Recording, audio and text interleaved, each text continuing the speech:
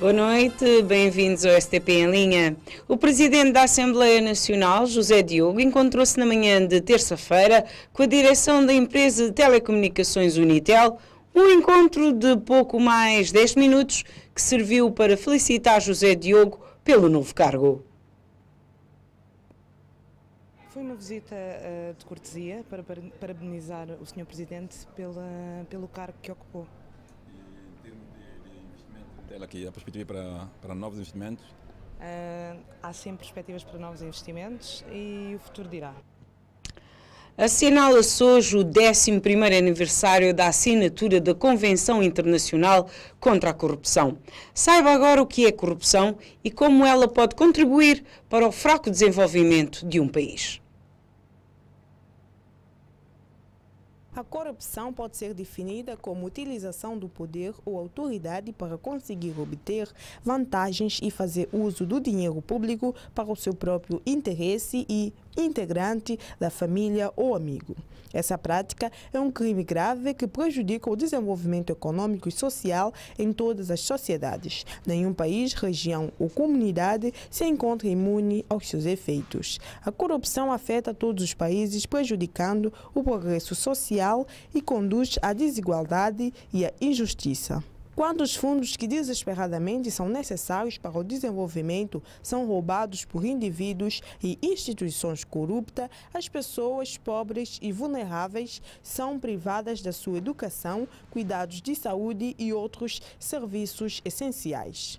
O Dia Internacional contra a Corrupção é celebrado no dia 9 de dezembro. A data marca a assinatura da Convenção das Nações Unidas contra a Corrupção, ocorrido no ano de 2003, que teve a assinatura de 110 países, incluindo São Tomé e Príncipe. A partir desse dia, a data passou a ser celebrada com o objetivo de levar ao conhecimento dos cidadãos as ferramentas de controle social dos gastos públicos. Para sabermos qual a situação de São Tomé e Príncipe, vamos ver o índice de Ibrahim de 2014. Este índice estabelece uma classificação das performances realizada pelos países africanos no âmbito de boa governação. São Tomé e Príncipe é um dos países que continua a progredir na avaliação do índice de Ibrahim de governação africana, mas perdeu um lugar na tabela e caiu para o 12º posto entre 52 países. Na avaliação geral, São Tomé e Príncipe somou 59,7 pontos em 2013, mais um ponto do que no ano passado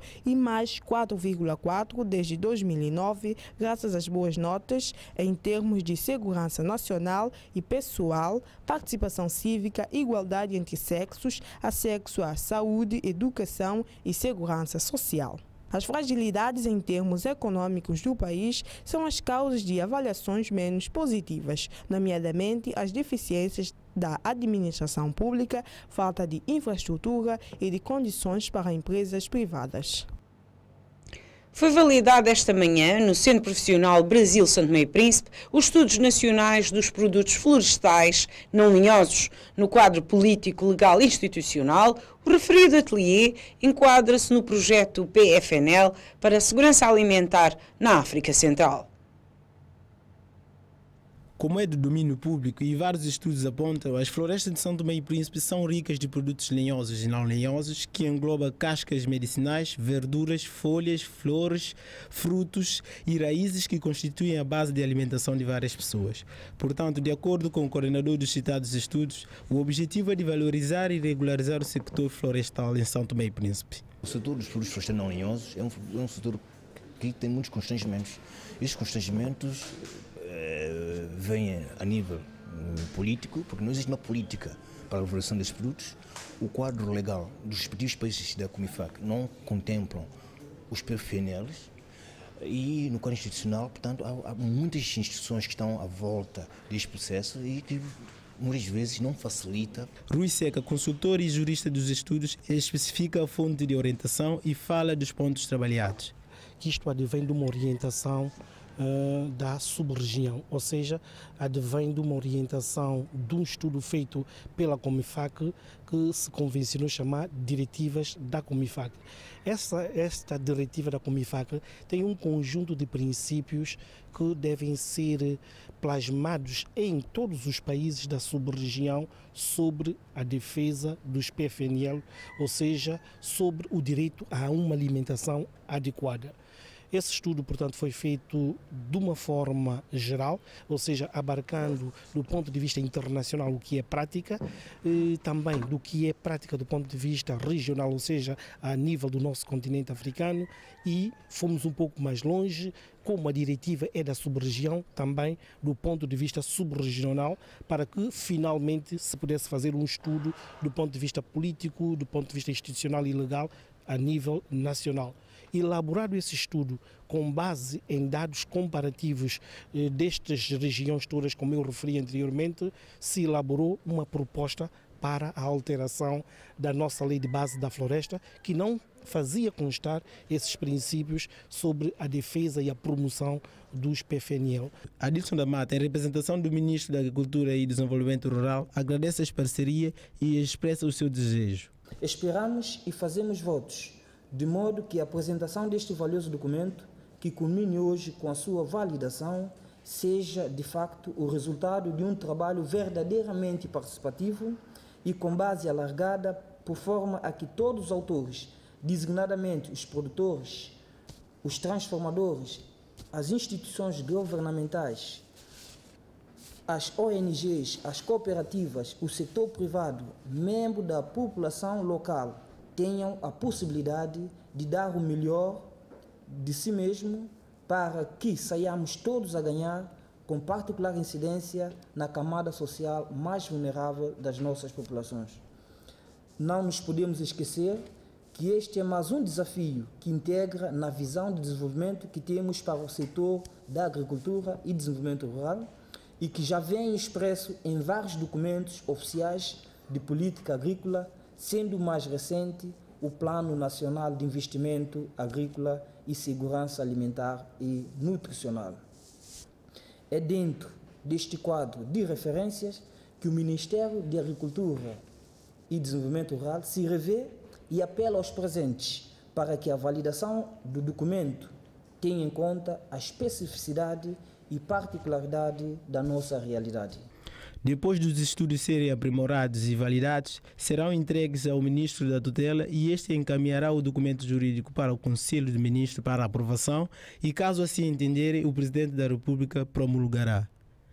De referir ainda que São Tomé e Príncipe, juntamente com Burundi, Camarões, Congo, Gabão, Guiné Equatorial, Ruanda, Chad e República Centro-Africana, fazem parte da Comissão das Florestas de África Central. O país precisa desenvolver instrumentos legais que possa punir os infratores das leis, afirmou o presidente da CIP São Tomé e Príncipe, Diodato Capella, no dia em que se assinala mais um dia de combate à corrupção. No dia em que se assinala mais um dia de combate à corrupção, o Centro de Integridade Pública de São Tomé e Príncipe irá realizar no final do dia uma tertúlia com o objetivo de falar sobre o atual estado da corrupção no país.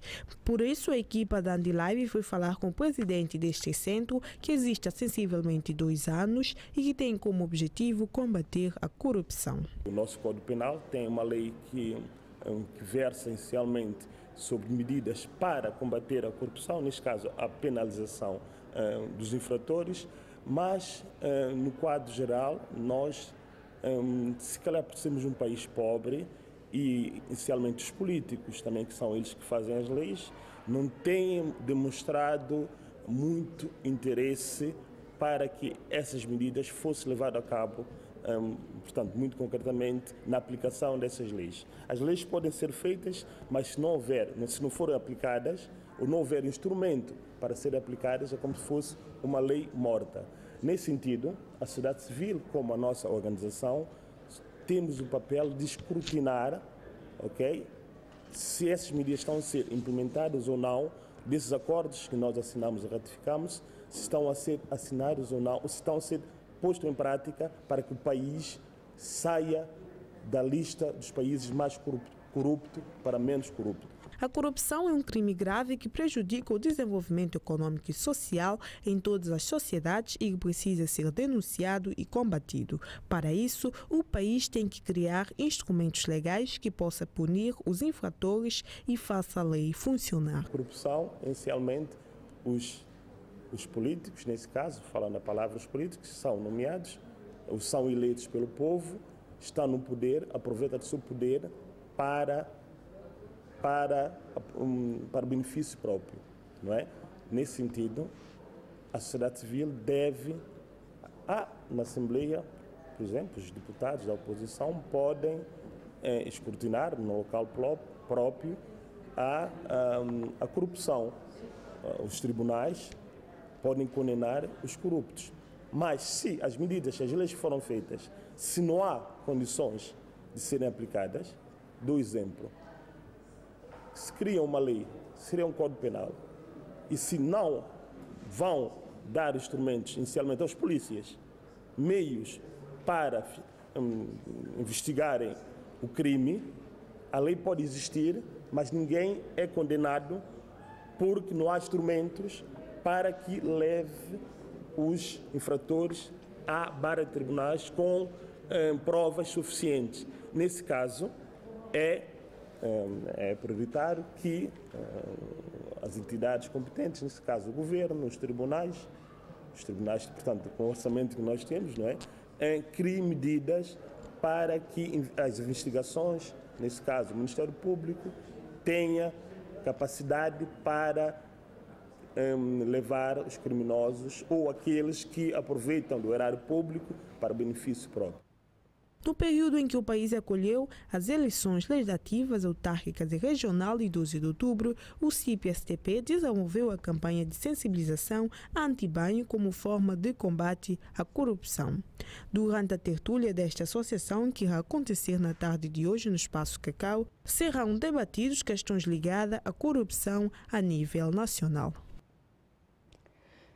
Na sequência dos resultados das eleições legislativas autárquicas e regional de 12 de outubro de 2014, Patrício Trovoada, primeiro-ministro de São Tomé e Príncipe, nomeou na segunda-feira, através de um decreto, José Cardoso Cassandra para o cargo de presidente do Governo Regional da Ilha do Príncipe. Mas devido à avaria da aeronave que liga São Tomé a Príncipe, não foi possível o primeiro-ministro deslocar-se à Ilha de Papagaio para a cerimónia da tomada de posse do 4º Governo Regional. Na estrutura do novo Executivo Regional figura ainda Francisco Daniel do Nascimento, novo Secretário Regional das Infraestruturas, Ordenamento do Território e Recursos Naturais, Silvínio Jerónimo Palmer, Secretário Regional da Economia, Hélio Fernandes da Costa Lavres e Francisco Pina Gil, indicados para liderar o Secretário Regional dos Assuntos Sociais. As associações Parcela, Surpresa e Angim irá realizar no dia 14 de dezembro um almoço solidário para a angariação de fundos, a fim de apoiar os doentes evacuados de São Tomé e Príncipe. O evento acontecerá na Casa da Cultura de Sacavém, às 13 horas. Com apenas 5 euros você poderá fazer a sua reserva até ao dia 12 deste mês. Não perca! Para mais informações, visite o Facebook Associação Parcela Surpresa. E é assim que vamos colocar ponto final à edição 9 de dezembro de 2014 do STP em linha. Voltaremos amanhã à mesma hora. Boa noite.